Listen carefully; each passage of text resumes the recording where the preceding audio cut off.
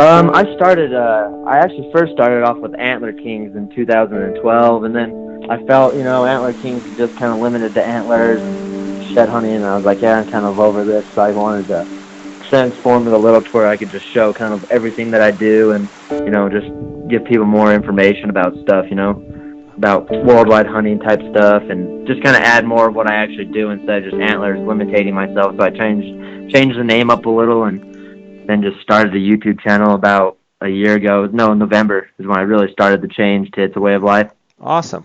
Not Awesome. long ago, but That's cool. That's really neat. From what I understand, you and your dad hunt together quite a bit. Is that right? yeah, he hunts with me quite a bit. He kind of he's not a fan of Asia and Europe, and that's kind of like my style now because I like sheep hunt a lot. Mhm. And he doesn't. He's not really liking that stuff. So I've kind of he kind of stays home, and I kind of go with one of my buddies, Mark Peterson.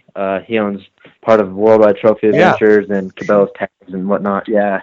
Cool. Cool. Yeah. Well, that's awesome. That's fantastic. Well, I'm looking forward to picking your brain and talking to you about some different stuff. Okay. Oh yeah. Well, have at it. All right. Sounds good. So we'll take a 5 second, 5 to 7 second break, and then I'll just go right into it, and we'll just have fun. It'll be about 45 minutes or so. Okay. All right. No problem. Sounds good to me. Welcome to the J. Scott Outdoors podcast. Today we're going to have a fun episode with 21-year-old McKenzie Sims of Evanston, Wyoming. McKenzie, how you doing? Pretty good, Jay. How about yourself? Good. I'm anxious to have you on the podcast, and I noticed you have It's a Way of Life Productions YouTube channel and website. And you're a young guy at 21 years old that's probably hunted more than people of 10 or 20 lifetimes. I follow your adventures on Instagram as well, and I mean you have literally hunted all over the world. Tell me how all that started. Yeah, I've been pretty blessed and fortunate, being so young. But I think I was probably, let me see, I think I was 7. We were at a log home show up in towards Jackson, Wyoming, and there was actually a group of outfitters from South Africa there. And me and my dad had hunted around here. My dad used to take off work for 2 months out of the year, just quit his job and go live in the mountains on horses and hunt. And so we were just used to that type of stuff. But I seen these guys and I was talking to them, and they were at a log home show for some reason, just because they got time between other shows, and we were there and filling up space. And so I was asking them, well, how old do you got to be? And they're like, oh, as long as your parents can come with you and you know how to shoot a gun, you can come. I was like, wow, that's a bonus. You have to be 12 in Wyoming. So I went and talked to my dad, and we talked over it a little bit. And he's like, well, if you can make enough money for it, we'll go on a trip, if I can make enough money for the plane ride. So I did 4-H for a few years, and I sold a pig or two every year, and did some lemonade stands in the summer. But the last year I did 4-H, no, the second to last year I did 4-H, I sold a pig for $2,300 to a lady that we do business with, and I ran up to her and hugged her and ran up to my dad and said, let's book the trip. It's time to go. That's awesome. So where did you go first right off the bat? What did you hunt there? We went to South Africa, and we originally planned on just doing, like a small plains game safari. We got there, and none of our luggage was there. Our rifles weren't there. But luckily, the PH had a rifle in camp that he let me shoot, and I was going to borrow. And by the time our luggage and rifles got there, I think I had about 7 species stacked up already. So it kind of turned into a little bit more of an adventure than what it was planned to be. But it was really fun. We went over there with some friends. Took a girl that I graduated with over with us because her dad worked for us at the time, and just a family vacation type deal. And it really started the fire. It was 2007 when we went there, and ever since then I wanted to go back. That's incredible. And what would you say, McKenzie, is like your favorite type of hunting? And a different part of that question is, what's your favorite type of hunting now, and maybe what was it before, and how has it kind of morphed over the years into where you're at now? I'd say at the start I was real big into Africa, and I liked going over there. Went there in 2007, then back in 2009 to Namibia for plains game again. But over the years, it's kind of changed. I started getting into sheep and ibex hunting, Capra and Ova species pretty heavily. I went on my first sheep hunt in 2011 to Antelope Island in Utah, where I got my California bighorn. And after that, it kind of took off. 2012, I shot my desert bighorn on Ted Turner's place in New Mexico. And then last year, I went and did my Doll sheep. And then I've done a few international hunts for Marco Polo sheep, Bezro ibex, and then last month I just got back from Pakistan, where I hunted Sind ibex, Blanford Ariel, and Punjab Ariel. So the international sheep species are pretty much game on for me now. I really enjoy it, and I'm in better shape than I will be in 30 years probably. So I might as well work on some of that while I can. That's fantastic. Yeah, that's awesome. Do you feel like sometimes, living in Wyoming and having, elk hunting, mule deer hunting, turkey hunting, what have you, pronghorn hunting right out your back door, do you feel like when you go on these adventure trips, so to speak, and go on these destination trips, does it make you not like those other animals, or is it just a totally different experience and you still appreciate the animals around your house? It makes me feel more appreciative. Just because you're over there in those countries, and some of those countries aren't really the vacation place to go, like Pakistan and Turkey and whatnot. But it almost is like, man, I want to get back and hunt some elk in September type of deal, or I like chasing velvet mule deer with my bow, or just kind of it almost makes you just appreciate it more and kind of want it more, and realize that I can go buy an elk and deer tag over the counter every year and still hunt some of the best units in the state with it. And it really makes me appreciate it, because a lot of states you can't go and buy over the tag counters, or if you do, they're not really, you can't hunt the best units. Yeah, for sure. I missed you at SCI. We were trying to hook up, and we just ended up missing each other. But that's an amazing convention there. And do you end up booking and meeting a lot of the people that you hunt with? Do you meet a lot of them at SCI? As far as outfitters and such. Do you Yeah, look at that as a place to go where you're going to actually book hunts and network and what have you? yeah, SCI is a wonderful place. I've been going there and I've been a life member since 2008, I believe. Yeah, 2008 is when I became a life member. And I enjoy SCI a bunch. It's fun. You get to go there and you get to see some incredible mounts, talk to a lot of people, and it's just kind of a place where you can meet and greet and really get to meet each other, learn what each other's about, look at brochures, pamphlets, and then yeah, I go to book there pretty much just because talking over the phone to someone in Africa or Asia is a little bit different than when you can sit down and have a face-to-face conversation with them. Yeah, for sure. I mean, I think that's like anything when you actually get to, sit down, look them in the eye, and ask questions and what have you. It gives you a much bigger sense of comfort, and you kind of get a feel for how that person operates and how that person is. So, yeah, I was sorry that I missed you there. I'm looking through your Instagram as we're sitting here talking, and it looks like you went to Tanzania for your African Big Five in 2010, and you're here with a male lion. What was that like to get your lion? That was pretty fun. I believe it was day 17. Uh, in all, the Big Five took me 48 days of hunting to get it done in one trip. I started in South Africa and then went to Tanzania and then ended up having to go back to South Africa because the elephant hunting wasn't that great in Tanzania, and we ended up getting a permit for a really great place in South Africa where it borders Kruger. But the lion hunt was pretty fun. We were baiting them, so we would sit in the shawns, which were in the tree. It was like a big tree stand platform. Um, we baited, I don't know, 6 or 7 spots. Had several lions coming in, but they have to be mature lions in Tanzania, and because you get a fine if you don't, if you kill one that's a lot younger. Yeah, Mackenzie, to follow up with that, like you said, you were setting baits. Were you helping the PHs set baits, and how is it? I've heard stories of other people setting baits. I mean, what kind of baits are you setting? How often are you setting them? And what was it like to, be there for 2 weeks hunting specifically for that? It was pretty fun. It was kind of not like a. It was like more mental, physically. You know what I mean? Like you had to prepare for it. And it was we'd sit in the blind and nothing would ever come in. And one night we sat in the blind and called the. You know, it got dark. And you can't shoot in the dark. You can't use lights. And so we called the trackers back in to pick us up. And the PH had got out of the Machon to the truck, and the truck was actually facing the bait tree, so the headlights were on the bait tree.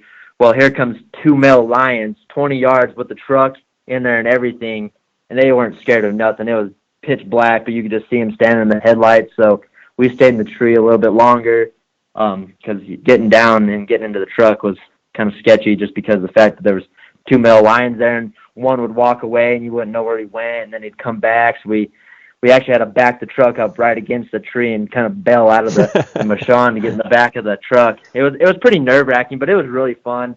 I enjoyed it, and I actually ended up shooting my lion like in the middle of the day. We were just checking baits, and in the middle of the road there was a lion track, so we got out, and we were about a mile from our bait that we were going to go check. So we just walked in, and he was laying about 30 yards from the bait, and I just put it right in his neck and shot, and that was all she wrote. But it was pretty hard work, like just, you know, the physical, mentally part of it, because you didn't know if you were going to get a line because of how long we'd sat in the blinds and how much bait we were putting up. That's pretty fun, though. Yeah, I mean, at some point, I would think it gets to be a deal where it's almost Groundhog Day, where you're doing the same thing over and over and over with little results, and then boom, all of a sudden it happens. It had to be just a extremely exhilarating, almost like what just happened type of situation when you got them. Oh yeah, it was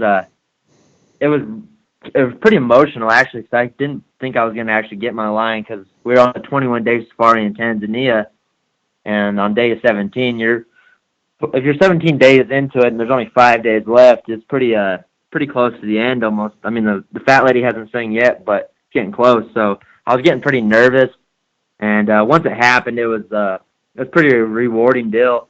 And in Tanzania, they have a celebration when you harvest a cat. When I shot my leopard and when I shot my lion, we did it, and they call it a kabubi. And they dress you up in like toilet paper and leaves and branches, and they sing to you and you dance, and they carry you around in a chair.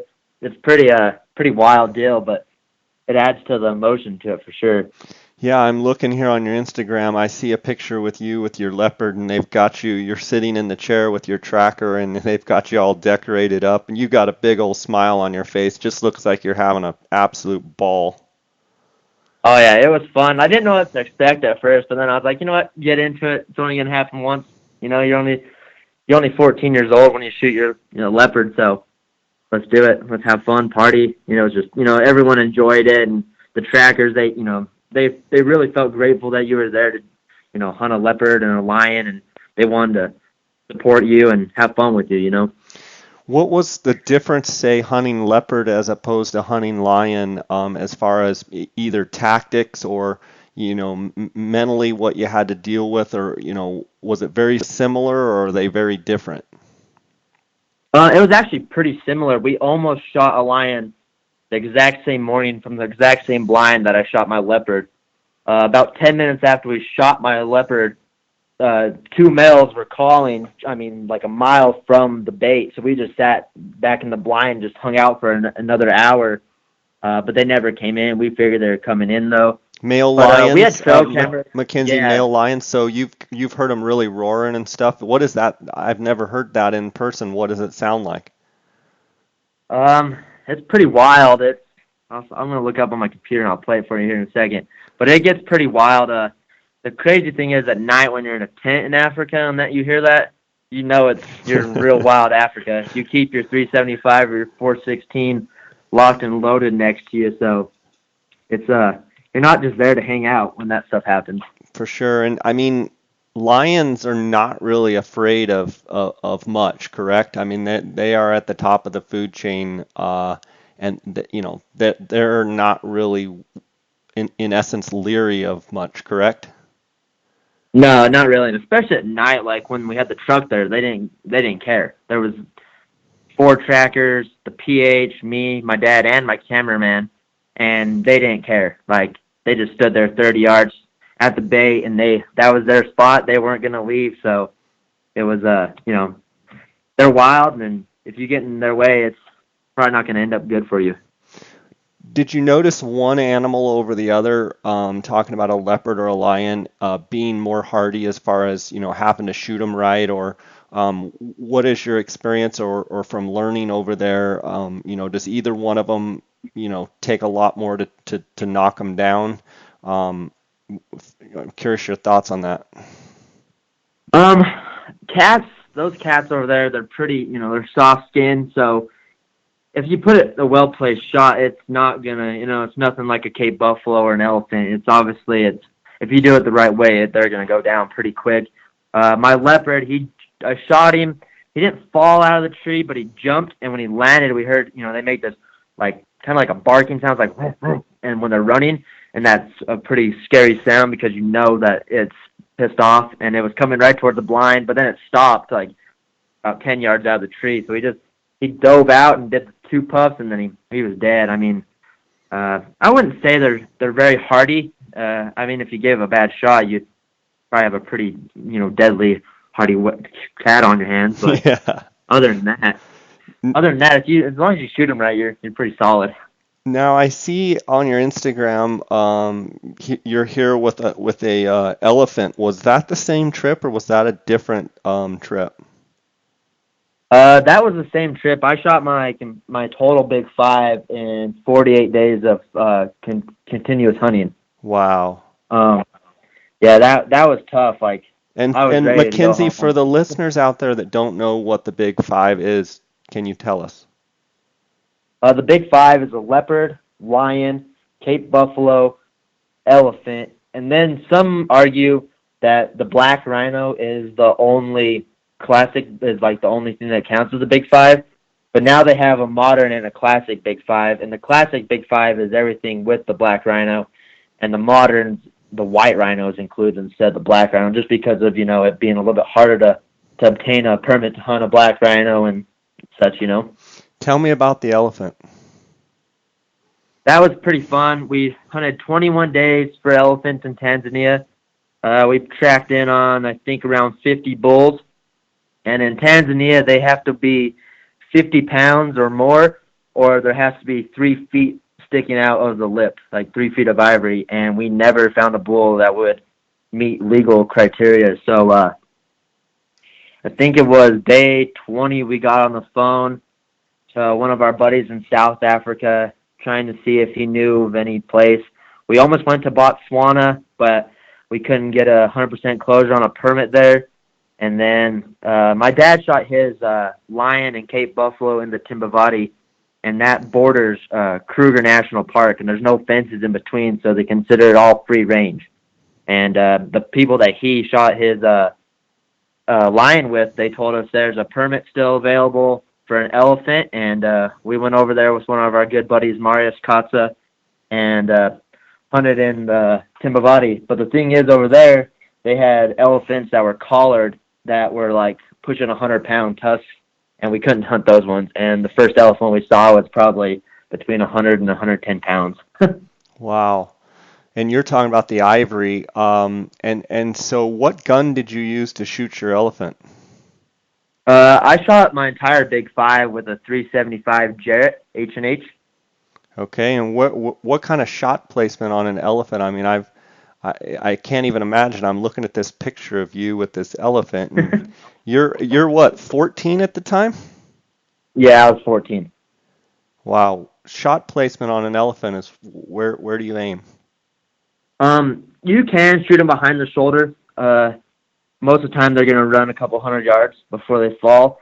So a lot of people either do a frontal brain shot or the side-on brain shot, which is you put it in the ear hole. And I was given a side-on brain shot, and I shot my elephant right in the ear, and he dropped. The video is actually on YouTube somewhere from when I had my TV show, but he started to get back up, and my gun jammed, and so the PH was like, oh, this could go bad, so he ended up shooting it one more time, but it never got all the way up. It just stood on its front legs, and but no, shot placement is crucial on an elephant. You either want to do the frontal brain shot or the side-on brain shot for sure. I see you also here with a hippo. That thing Yeah, I shot a Tell me about that. Those things aren't they the most dangerous of all? Yeah, they kill. They're said to kill the most people in Africa a year. How was that hunt? That was pretty fun. I actually ended up doing a sight-on brain shot on that one as well. We were hunting in South Africa in a place, Rhino Land Safaris, with Marius Katza, and he had this bull hippo, and we wanted to shoot it, but he wanted me to shoot it on land and not in the water.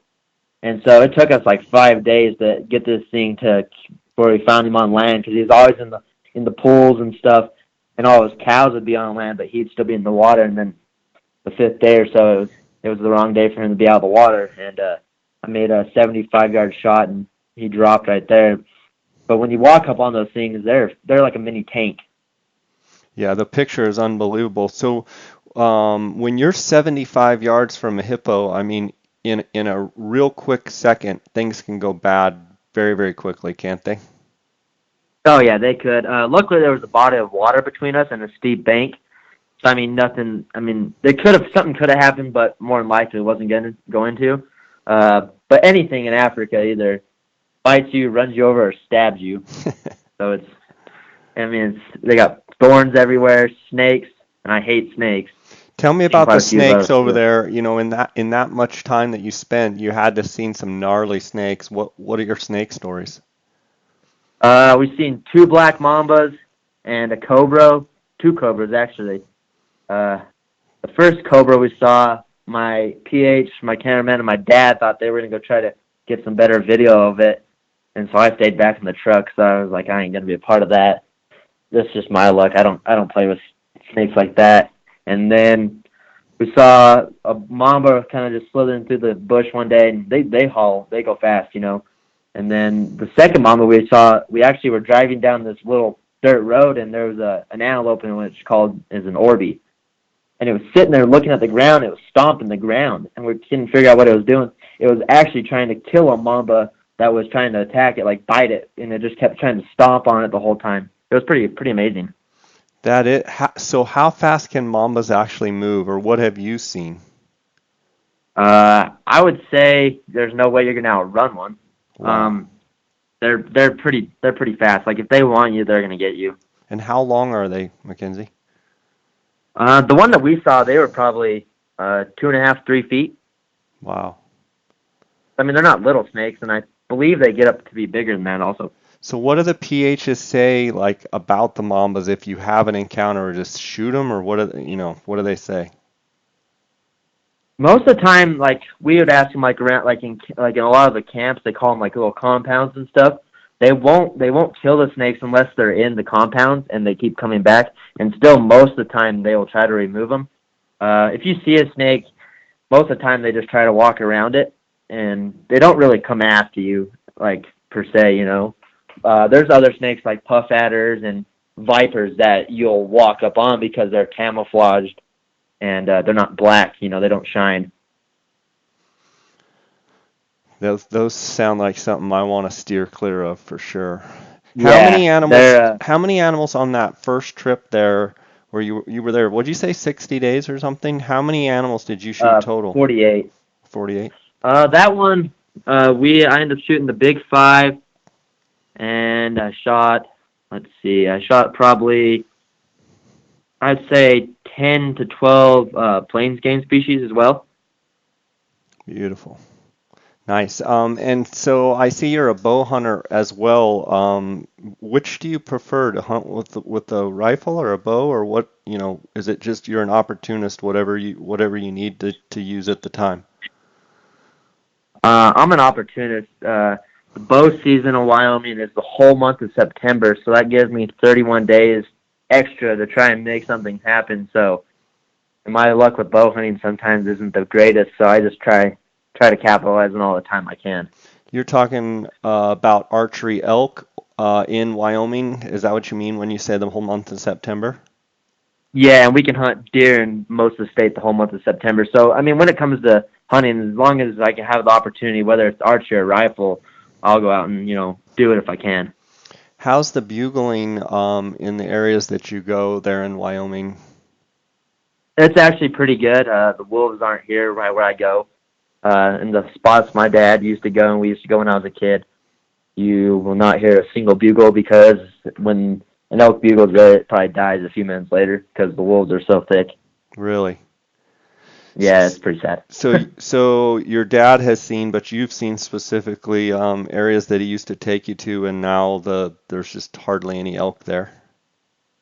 Yeah, I mean, there's still some elk, but it just like you don't see as many, and they're not as vocal, especially in the rut.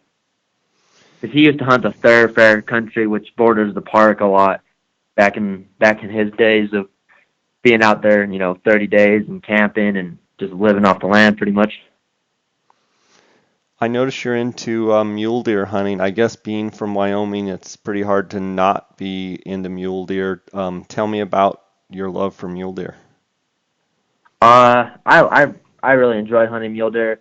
They're just something about them. Like they're not like an elk. They don't scream at you when you're in the middle of September, and you can't really call them in, so they're a little bit harder to hunt.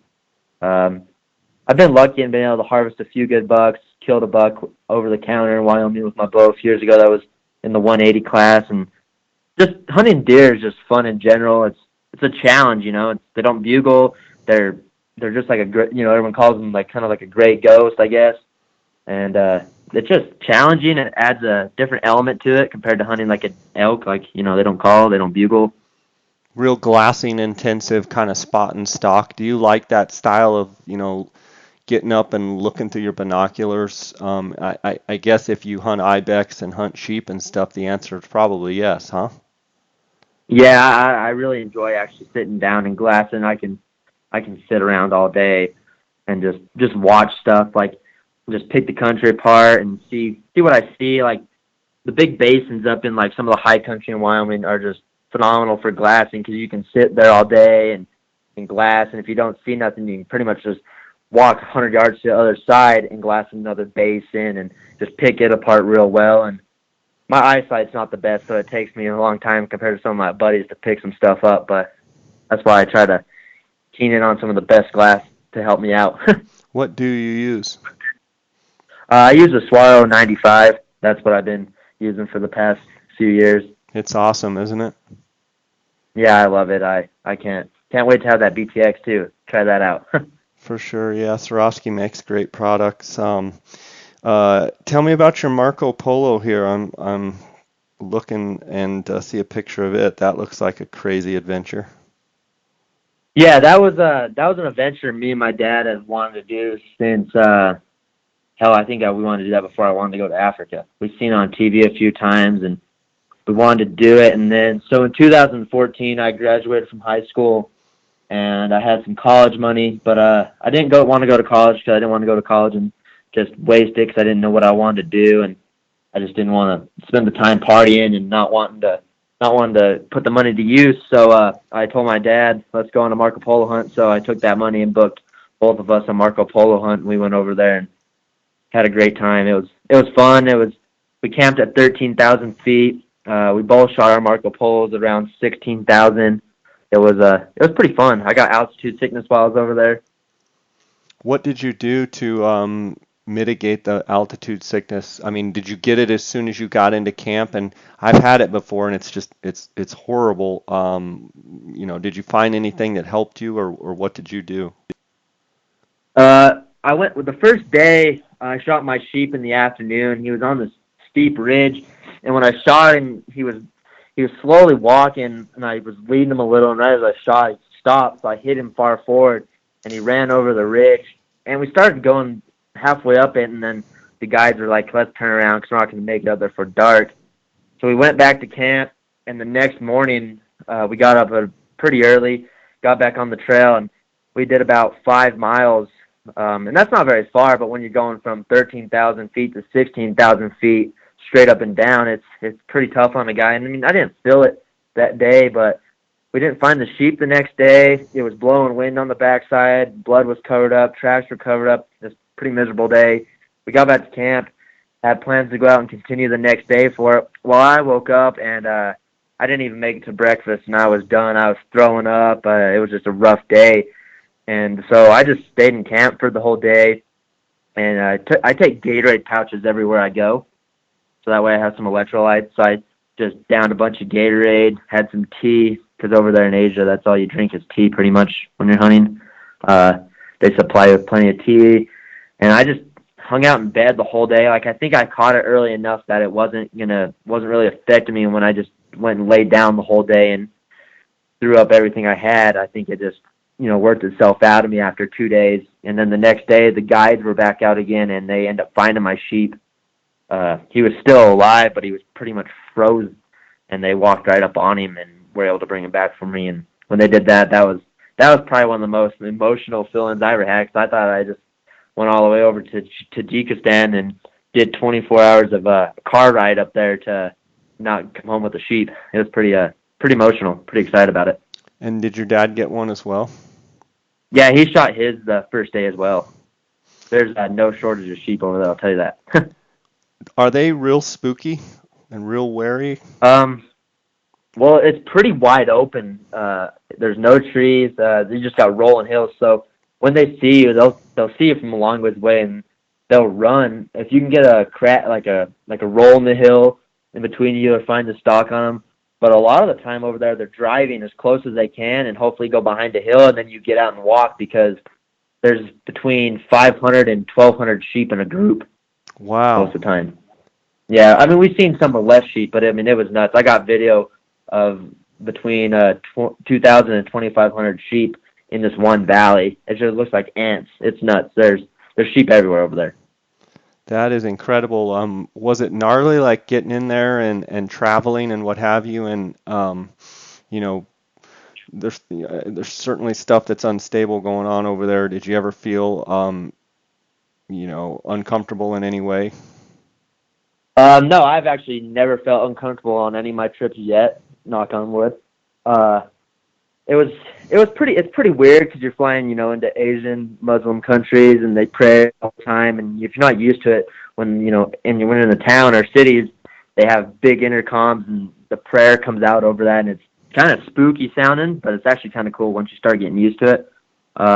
It took 24 hours to drive from Dushanbe, which is the place we landed in Tajikistan, to get to the hot springs camp. So we had 2 full days of driving, and we had a stopping point in between where we would stay the night. And on real rough roads, or just a lot of dirt road driving? Horrible rough roads. The scariest parts I've ever had while hunting over there is when you're driving to the hunting areas. They drive about Mach 9, and they don't care what side of the road they're on. In Tajikistan, we were driving next to the Afghanistan border, and there was a river about 1,000 feet below us, and there was no guardrails or nothing. Because, I mean, you're just on a dirt road, and it's the main thoroughfare traffic to and from China, where they, bring their goods over. So you'll see big semi-trucks and all sorts of stuff. Yeah, I'm sure it's just crazy over there to see a whole different world. I notice you wear Kuiu quite a bit. I was wondering how you like Kuiu gear and what some of your favorite pieces are. That's all I wear. I'm pretty addicted to it. It's kind of a bad habit. Every time they come out with something new, I have to buy it, and I feel like a chick. And a lot of people see my closet, and they're like, well, dude, what do you, like, do you have regular clothes? Like, no, not really. No need in having regular clothes. That's right. What pieces do you like the best? Like, maybe give me some scenarios of why you would wear one pant over another, or one shirt over another, or what have you. I really love the guide jacket. It's just kind of an all-around jacket. I wear it because I'll wear, like, the neutral colors, like the gray and the major brown. I'll wear those, like, just to go out to town or go anywhere. And then it's just a warm jacket, and I'll pack it with me no matter where I go. I always have a guide jacket with me. Mm-hmm. And then I'm starting to get into the synthetic layers instead of the merino, just because of the stuff when I was listening to your podcast with Jason, how he was saying that's all he's about is the synthetic stuff now. Just because it doesn't, the moisture doesn't stay in it and whatnot. And I've kind of learned that going from, really cold places to really hot places, and, hiking a lot with a merino shirt and you start sweating. It always has a small odor to it, and it always feels damp. So I kind of went to the synthetic stuff. And I've been a big fan of the alpine pants lately for like sheep hunts wise, just because the knee pads they have on them they're pretty solid. I broke my knee riding dirt bikes, and it's like sensitive when I kneel down on it, but with those, it can't feel it. It feels great. When you broke your knee, did you actually have to have surgery and such, or is it just something you deal with? What kind of, where are you at with it? When I broke my knee, I actually ended up breaking 21 bones at the same time. I broke my knee, both my wrists, my left thumb. I had 16 fractures in my face and a third-degree burn on my right leg. So yeah, I had to have pins and screws in my knee, and I was in a cast where my leg was completely pointing the opposite direction for 6 months. So it was like real weird when I got out of the cast. I had to learn like how to re-walk and straighten my leg out. And I'll catch myself like on the treadmill trying to get ready for a hunt. I'll be walking and my one foot's like turned out to the side, looking at the person next to me. It's like they're probably looking at me like I'm retarded or something. uh, how many years ago was that? I did that in 2011, the year after I shot my Big Five, May 15th to be exact. So Do we're you, coming up on an anniversary here. golly, do you still ride motorcycles, or are you kind of toned back because of what you've seen, what they can do? Yeah, I toned back pretty hard. I thought it was fine, and I got back on another one. I got back on one of my buddy's bikes at a race and ended up just trashing his bike because I wrecked it. And then I bought my own bike again.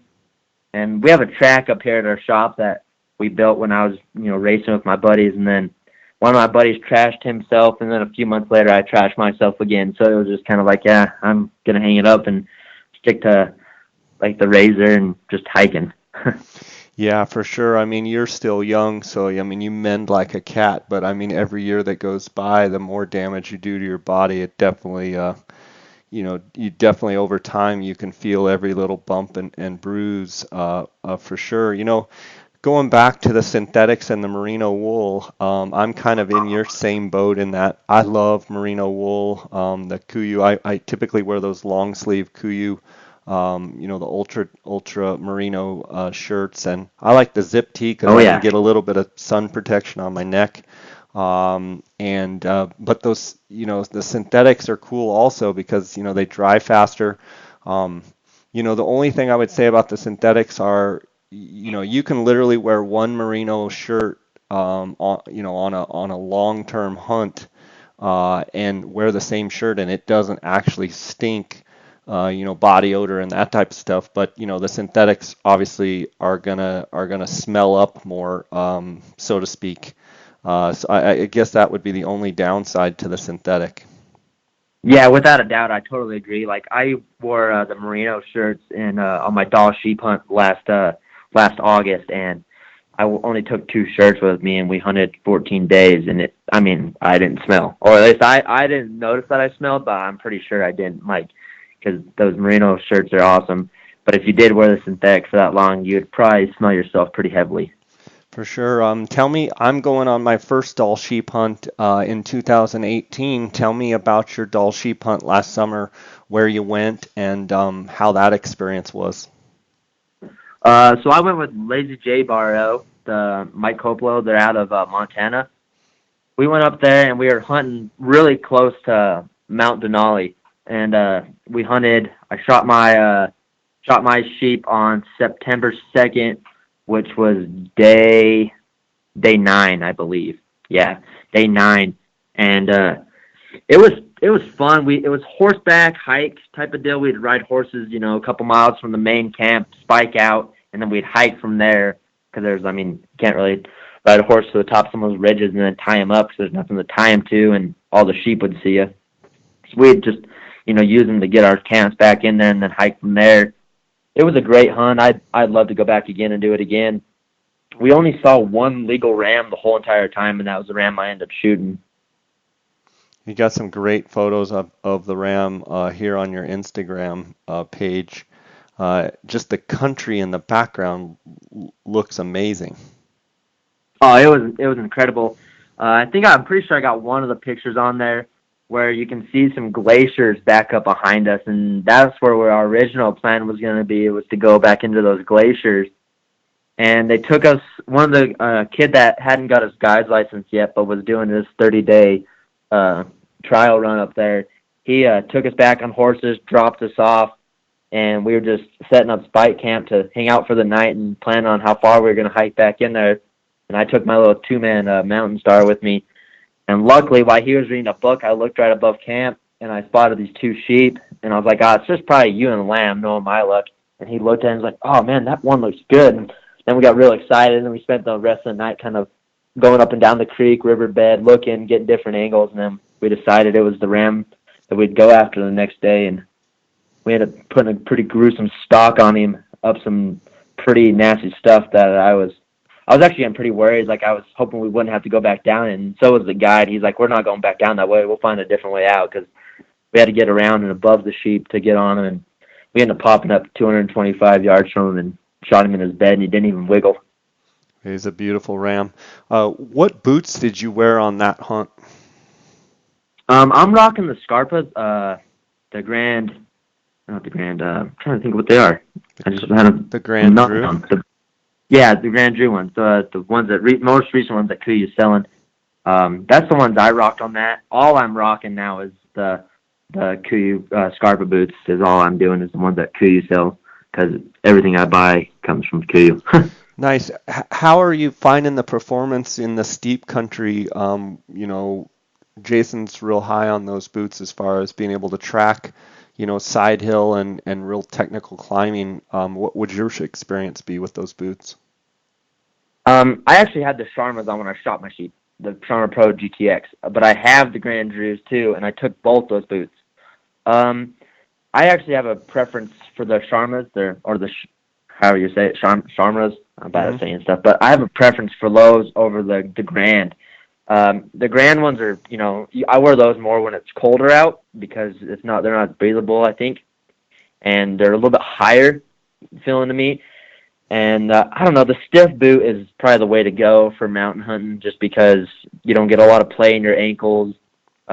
Stiff boots aren't fun to walk on flat ground with as much, but when you do a lot of like mountain climbing, even in Wyoming hunting elk and deer, you're climbing some pretty steep stuff, and across other parts of the United States, you're not just hunting sheep when you're climbing steep stuff all the time. So they're kind of a good all-around boot, and I'm really looking forward to what they're coming out with this year. Yeah, I've seen those new prototype boots, and I'm excited about those as well. Brendan had a pair of them on at one of the shows, and that's definitely high on my list of things to check out here as soon as they come out. So that's going to be pretty cool.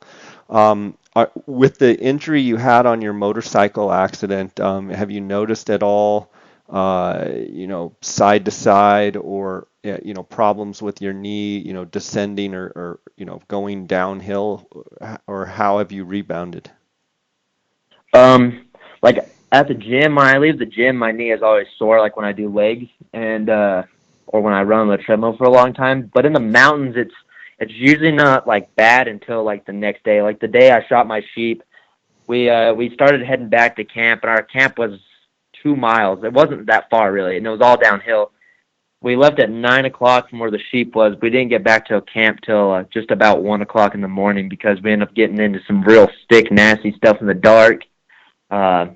And it was just downhill, and it was with the sheep. I had the horns and the cape, and then my day gear, my water, and all that. And then my guide had the meat on him, and after that, it was pretty rough. My knee was pretty sore. It wasn't bad. Like I could still walk on it. I could just feel it though every time I walked.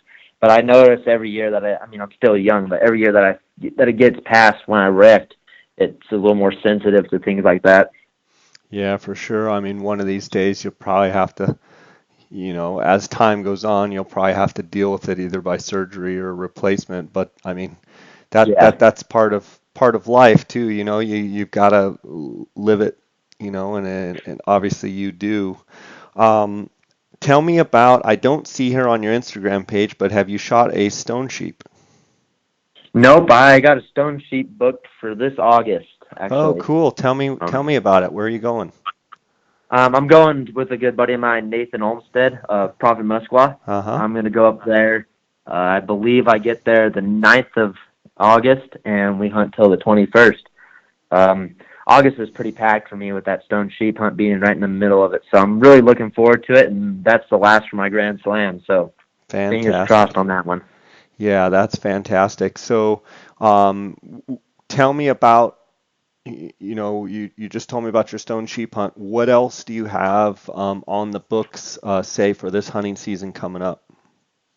Well, I got New Zealand next month where I'm going to go do some videoing and help my buddy out if he needs some guiding and do a little hunting myself for a couple weeks in New Zealand, probably 3 weeks, I think. I leave May 23rd and get back June 9th. And then the end of July, start of August, me and Mark Peterson were actually going to Azerbaijan to hunt Dagestan Tur. And I get home on the 7th, and I have to be in BC on the 9th for the stone sheep. So it's back to back there. And then when I get home from hunting my stone, I got a week, and then me and Mark are heading back to Quebec to hunt our Quebec Labrador Caribou. And since that's about to close, unfortunately, we jumped on board for that. And then after that, I just got my Wyoming General elk and deer. I doubt I'll draw any of the sheep tags or moose tags just because I don't got enough points. But and then after that, I guide for a couple weeks in October, and then just go back to filling what general tags I haven't filled yet. What are you guiding for in October? I guide for a place in kind of like central eastern Wyoming, 4-horse outfitters. We do antelope, mule deer, and whitetail hunts. Nice. How is that? It's a fun hunt. It's like last year we got attacked. I talked him into it, and we did a giveaway. And it was actually kind of hard to find a kid to give a hunt away to in Evanston here because everyone does sports, and so you can't even miss a weekend really.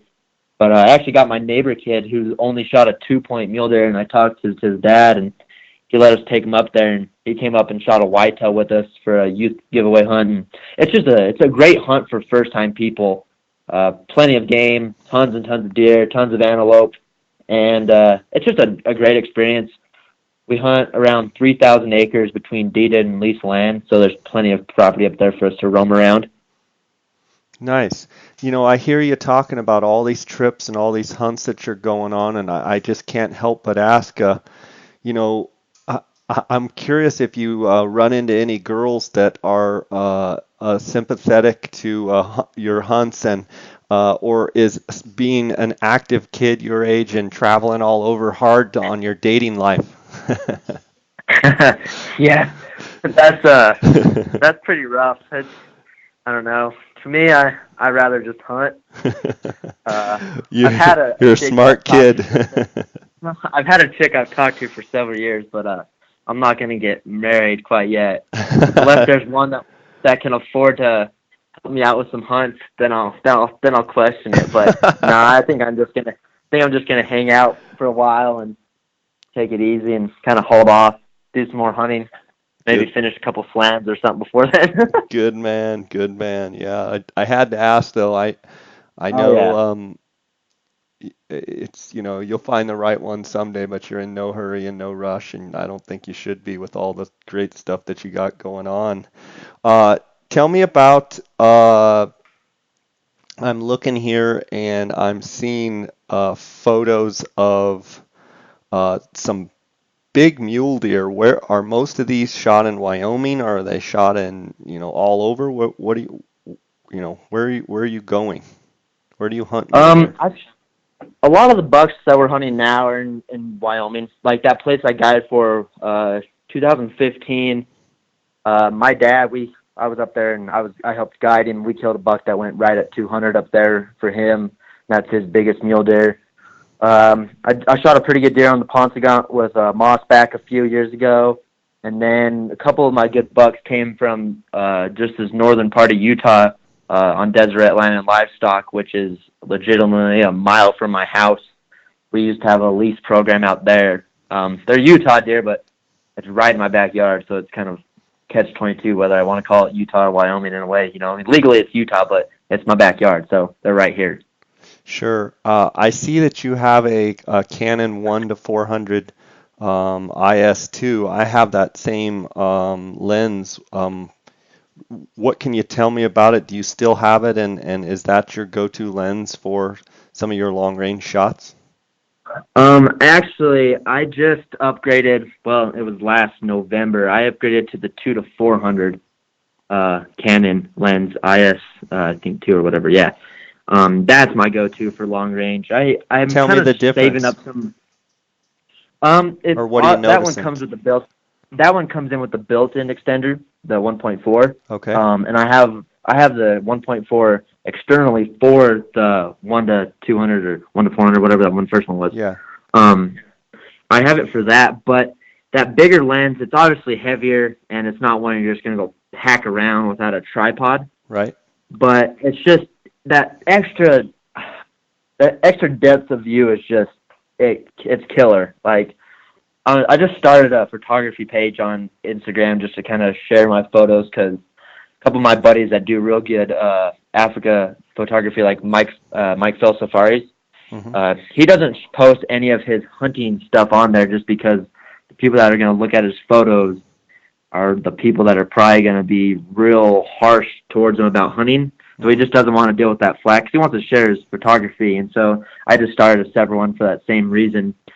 It's just barely started, but I'm gonna start posting some pretty cool pictures. There was a pretty cool buck in Wyoming this year that there's quite a few photos out there, but I was able to spend 3 hours with the buck within 45 yards and filled up 3 SD cards on him. So I'm ready to share those. I've been holding back for a while, so. That's awesome. Do you shoot when you're in situations like that, do you also shoot video out of that setup, or are you mainly shooting all still shots?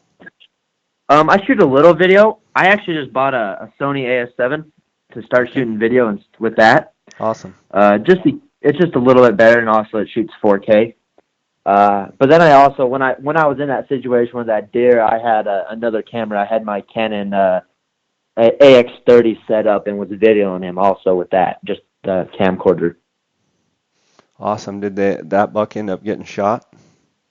No, he's still alive. It was January 3rd, the day that I found him and was able to video him and take some photos of him. It's probably going to be the biggest deer I ever see in my life. Hopefully not, but more than likely it'll be up there in the top two, without a doubt. What are some of the biggest elk you've shot, McKenzie?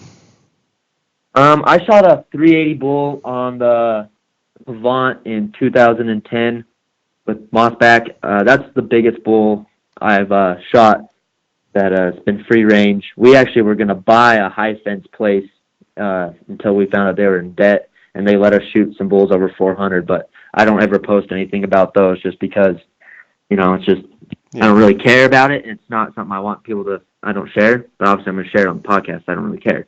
Yeah. But I've shot a 380 bull, and then after that, it's been downhill. I shot a 340 bull with my bow a few years ago on public land in Wyoming by myself. Well, my mom and my chick at the time, my chick that I talked to, she was with us too. So, and they helped me out on it. And that's probably the most like accomplishing bull I've ever harvested per se, because I spent so much time watching him and then, opening day, I was able to get on him, and then I ended up hitting him at 10 yards, and then I couldn't see any blood. He was standing out there at 70 yards, just had fluids run out of his mouth, but it wasn't blood. It was just clear fluids. And then I launched another one, and I hit him back, and then he ran 150 yards and was just standing up on this hill, and it got dark, so I backed out, and the next day I went back, and I glassed him up 10 yards from where I left him piled up. Oh, wow, good. Sometimes Yeah.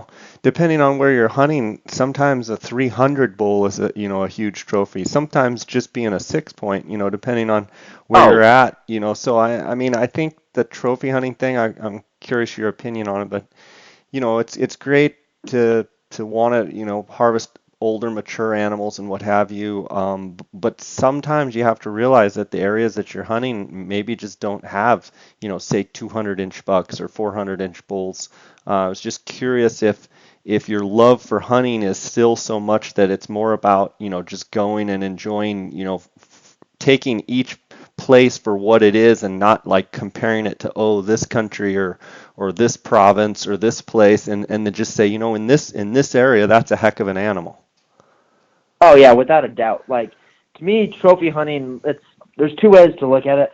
Like in a way, trophy hunting is like a really good management tool because it's not always you're looking for the 200-inch deer or the 400-inch bull. Trophy hunting to me is the age class of an animal. Is an 8-year-old deer? I mean, obviously in Wyoming they really usually don't get that old just because of the harsh winters. But I mean, you're looking for that higher end class of the bucks that you're going to be hunting in that particular unit, whether it's a 5-year-old, 6-year-old giant.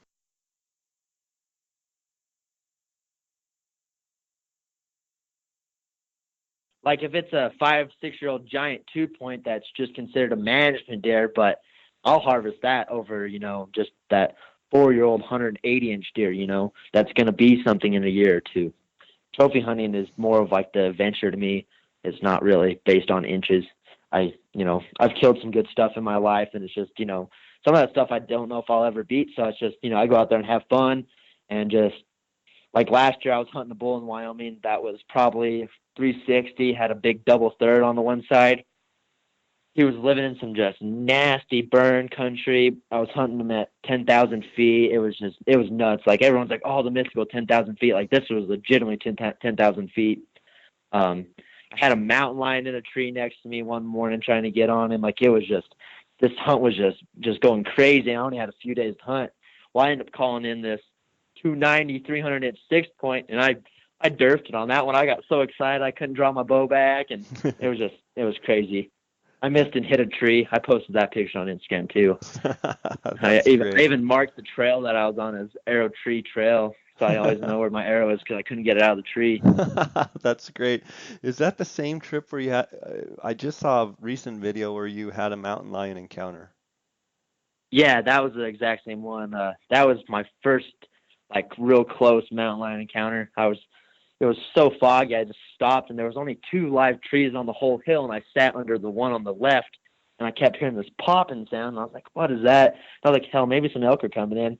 And I just happened to turn and look through my binoculars, and I don't know why, but I looked in the tree right next to me, and this mountain lion face was staring at me, and I just like, oh, this is not good. I was sitting down in a real, vulnerable position, so I dropped down. I carry a pistol in my backpack when I'm bow hunting, so I kind of went to grabbing that, and he bailed out of the tree and went the other way, fortunately. So, but I just got up and ran straight up the mountain after that. Like I was not tired anymore. I got up there and out of the way. Oh, that's a good story. Looks like you just kind of dropped your Pakistan hunts on your YouTube channel. Tell me about Pakistan.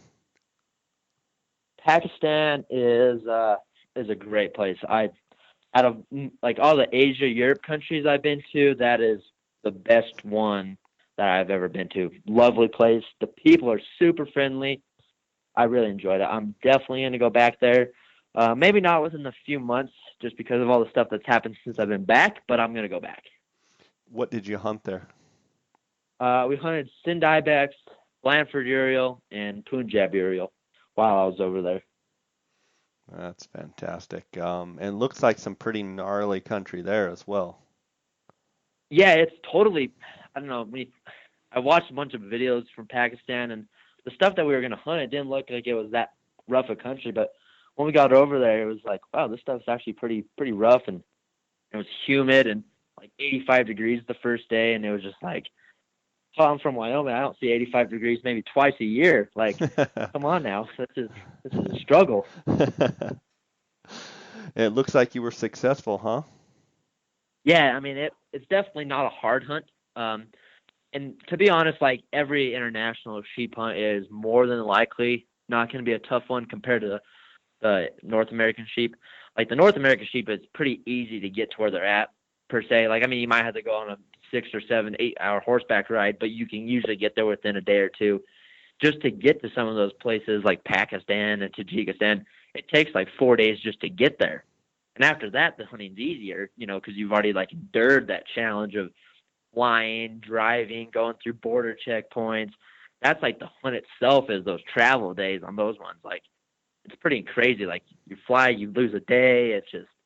run out of a lot of time, and just I don't know, you feel I don't know, just the adventure part of it's just breathtaking over there on those type of hunts compared to like, oh, we're gonna drive a couple hours here in Wyoming to go hunt a Rocky Mountain, but then the adventure starts at the trailhead, with Sure. the backpack in 12 miles, carry our food and water. That's the whole part of the adventure on those type of hunts. Do you feel like when you're overseas, you you go through the checkpoints and they're like, "Well, where's the hunter?" And you're like, "It's me." And they're like, "No, like where's the hunter?" And you're like, "It's me." And they're thinking, "You're just a kid." Do you get some of that? I actually haven't quite got that much overseas.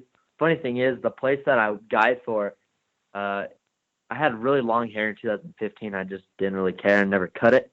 It was clean, but I just never cut it. And I had some guys that thought I was just some hippie kid from California that I wasn't a guy. They just thought I was like a son or some Punk ranch kid. hand. And I was just like, oh. Yeah, they just thought I was some punk kid. And then a place that we were hunting on, I actually some people thought I wasn't even there to hunt in North America. Usually when you go overseas, a lot of the times those people, when you say you're there to hunt, they're like, okay, he's here to hunt. Like they know you mean business, just because hunting to them is a bigger deal than to most people in the United States. I think like it's more of a important to them. It's more of a way of life to them, because that's probably their only job compared to guys in the United States, where most guys that own big successful outfitting businesses, that's probably their only job, but they also could fall back on a second job if need be. Over there, that's probably their one shot deal. For sure, yeah, totally understandable. So your next adventure is New Zealand. Are you going to the North Island or the South Island? We're going to the South Island. I'm going to be hunting with my buddy Wyatt McBride of Spade Creek Trophy Hunting. Cool. And when you've been over there before, have you gotten to do any of the fishing? I was fortunate uh, back, well, it's been quite a while now, but did 2 weeks of fishing on the South Island, and I'm a huge fisherman and love brown trout specifically, and it was amazing. Did you get any fishing in while you were there? No, I actually didn't do any fishing. I kind of want to in a way, but for me, if it came up between catching a fish in a barrel, I probably couldn't even do that because my fishing skills are very low. The place that we had leased over here, a lease on that Desert Atlanta Livestock, they actually have stocked fishing ponds where you could fly fish. Mm-hmm.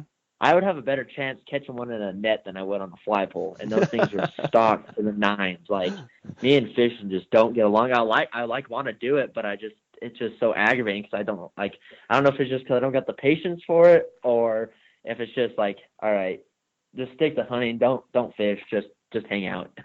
I get it. I mean, it's one of those things, you're either into it or you're not, and it's, a good thing you're a good hunter because you can eat. Because if you weren't a good hunter, then it sounds like if you're not a good fisherman, you wouldn't be able to eat very much. Nah, that's the only thing I could do. I'd be pretty SOL on that deal. I mean, I wouldn't say I'm a great hunter either. I just think I get lucky quite a bit too. I mean, I put the work in, but then luck's a big part of everything too. So I'm kind of right in the middle of my turkey seasons here, and I leave for my Gould's turkey hunts here in a few days. Spend 3 weeks down there. Looks like you've harvested a few turkeys. Have you truly gotten the turkey bug, or is it just one of those things that you'll do to wait for your big game hunting? No, we just me and my buddy went on a turkey hunt this last weekend, and it was his first time turkey hunting. We were unsuccessful. He could have shot one at 10 yards that I called in. We didn't have that many birds located or anything, but turkey hunting is a blast, especially, it's like elk hunting, but they just come in, they're just gobbling their heads off, and it's when they get to fighting in front of you, it's pretty wicked. We did some turkey hunting in Texas, and that's where we've seen quite a bit of like the fighting stuff. Like the Merriams, they don't like the Merriams in Wyoming, at least their spurs aren't very long because they're in the rocks and all this stuff. And they're still fun, but I've heard the Easterns. I'm actually going to hunt Easterns in Michigan with Dan Catlin the 6th of May. So I'm going to go give that a run down there. But I heard those birds are a little smarter than these Merriams back here and a little more hunted. So I'm going to go give that a try. I wouldn't say I'm the best turkey caller in the world, so we'll see how that goes. Yeah, well, I'll be watching for your success on that, and I haven't gotten an Eastern yet either, but from everybody that's hunted with me, they say, yeah, Easterns and Osceolas both, in Florida there, Osceolas, they're both pretty tough and pretty wary, and we definitely are I would say blessed and spoiled in both regards with, Merriam's and then, with the Goulds. Merriams are really fun, user friendly. They like to gobble quite a bit. And then the Goulds, in my opinion, are even more. They're very callable. They love to strut, and they're just a really neat bird. And a lot of hunters that come and hunt with me, from back east, they're so used to if you get an opportunity to shoot a bird, you kill them right away. And I have to coach them like, let them come to the decoys, let them do their thing. And, Calm down a little. yeah, well, they're like, if I see a red head, I'm going to shoot it. It's like, no, just, let it all Hey. happen. But it's fun stuff. Well, I'm anxious to see how you do on that. And it's been great having you on the podcast. I want to give you a chance to tell the listeners where they can connect with you and your website. Why don't you go ahead and give us all of your outlets? All right. So right now, it's Way of Life Productions, and that's what it is on Instagram, YouTube, and Facebook. For the month of April, we're doing a big spring sale and whatnot on there. And then my personal Instagram is just MCsims96 on Instagram. But for all your followers, we'd like to go and do a discount code for all your followers and listeners to come to the website and be able to get a discount on all of our products. And we would like to call it, let's just say, Scott Outdoors 20 for a 20% discount. Great, sounds good. Well, I appreciate that, and I know the listeners will too. So are we going to call that Scott Outdoors, or are we going to call it J Scott Outdoors? Have you set We'll it call up it yet? we'll call it J Scott Outdoors 20, so that way it's J Scott Outdoors and then the 20 for the 20% off. Perfect. Well, that's fantastic. I appreciate you doing that. You didn't have to do Yeah, that, no and I problem. appreciate that. And I'll be watching your success on Instagram and continuing to watch those YouTube videos. And I just appreciate you spending time. And it's so great to talk to a young man like yourself that's so passionate about hunting. And it's for me, it's just so rewarding to hear the excitement in your voice about all the different hunts. It didn't seem like I asked you about a single thing that you were like, you're passionate about all of it, and that's just awesome to see. So I wish you the best of success, and look forward to catching up with you down the road, and we'll have to do this again and get an update on how you're doing. So yeah, until next time, buddy, God bless. And I'm going to be in Wyoming this fall some, so we'll have to hook up. I'm going to be in Jackson, Wyoming, so we'll have to hook up. For sure. Yeah, that's not too far from some big deer country, so I'll be up there. We'll have to meet up and do some more stuff like this also, and talk face to face and meet in person, and probably go on a hunt one of these days. Sounds great, buddy. You take care, okay? Yep. See you, Jay. Thanks. All right. Appreciate it. Bye.